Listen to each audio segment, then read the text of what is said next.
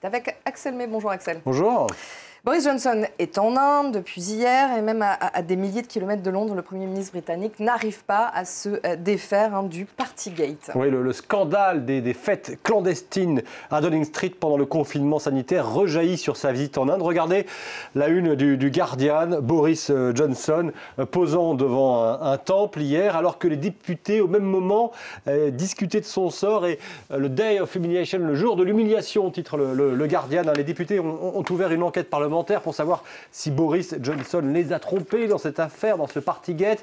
De hauts responsables conservateurs l'ont de nouveau appelé à démissionner, précise le Guardian. Et regardez aussi cette caricature parue dans la presse britannique. On y voit Boris Johnson qui explique si loin du Partygate, il est en forme de représenté en charmeur de serpent, en l'occurrence c'est une corde, et puis avec le Partygate qui le rattrape et cette corde qui devient une corde de pendu. Voilà donc ce dessin à l'humour si british publié ce matin par un journal britannique.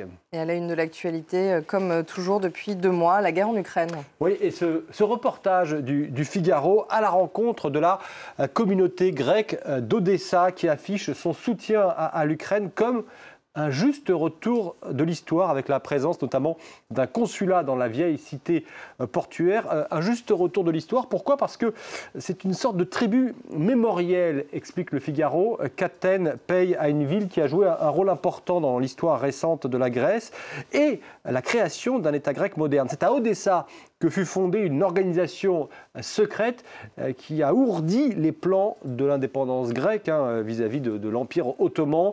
Un témoin raconte au Figaro que les Russes traitent aujourd'hui la population ukrainienne comme les Ottomans traitaient les Grecs.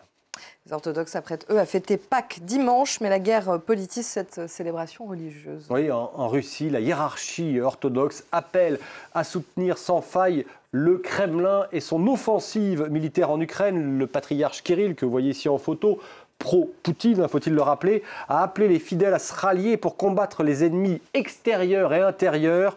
Toute la hiérarchie de l'Église, continue le correspondant à Moscou de La Croix, toute la hiérarchie de l'Église orthodoxe a multiplié les sermons en faveur de l'offensive, saisissant l'occasion pour prôner des valeurs conservatrices face à un Occident présenté comme décadent. Et puis, regardez ce dessin, cette caricature, ce cartoon publié dans le Télégraphe. On y voit, vous savez, il a annoncé Vladimir Poutine, vous ne le savez peut-être pas, mais je vous le rappelle, l'inauguration de son, entre guillemets, nouveau missile balistique intercontinental. Et on le voit qui part comme un ballon de baudruche. Il a parlé d'un essai d'ailleurs qui a bien fonctionné. Voilà, énervé, arrêtez de me menacer. Et on le voit avec le nom de guerre de ce missile, Satan II, et représenté façon ballon de baudruche qui part dans tous les sens, Vladimir Poutine. La mort de Jacques Perrin, à présent, le comédien et chevalier blanc de la production indépendante. Oui, ce titre, c'est le titre de la nécrologie du Monde. Marin, rêveur dans Les Demoiselles de Rochefort, prince charmant dans Peau d'âne, le producteur de Microcosmos s'est surtout affirmé comme un homme de cinéma engagé, rappelle Le Monde. Il s'est éteint hier à Paris. Il avait 80 ans et vous le voyez ici dans son uniforme de l'Académie des Beaux-Arts. On va parler de Mike Tyson maintenant, qui donc refait parler de lui. Eh oui, l'ancienne star de la boxe frappe un homme qui le harcèle lors d'un vol. C'est une vidéo qui fait le tour des réseaux sociaux et c'est le Washington Post par exemple qui nous en parle.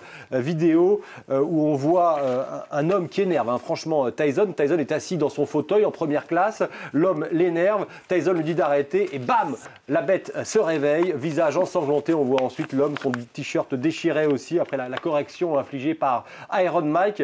Et alors pour la petite anecdote, nous explique le Washington Post, il revenait d'un festival hippie à San Francisco, Mike Tyson, puisqu'il a refait fortune dans le business légal du cannabis et c'est lors de ce vol qu'il a eu cet incident avec un passager. Et puis j'en profite pour vous montrer la seule une que je peux vous montrer ce matin dans la presse française, puisqu'il ne faut pas parler au nom de la campagne présidentielle de campagne. Je vous montre... À cause du silence électoral. Et à cause du silence électoral, et bien sûr, la une de l'équipe qui essaie, quand il n'y a pas grand-chose non plus à dire dans le sport, d'attirer le lecteur avec Opération Mbappé. Comment le Qatar veut faire pour garder l'attaquant star du Paris Saint-Germain, le Qatar qui détient bien sûr le PSG. Merci pour cette revue de presse, Axel.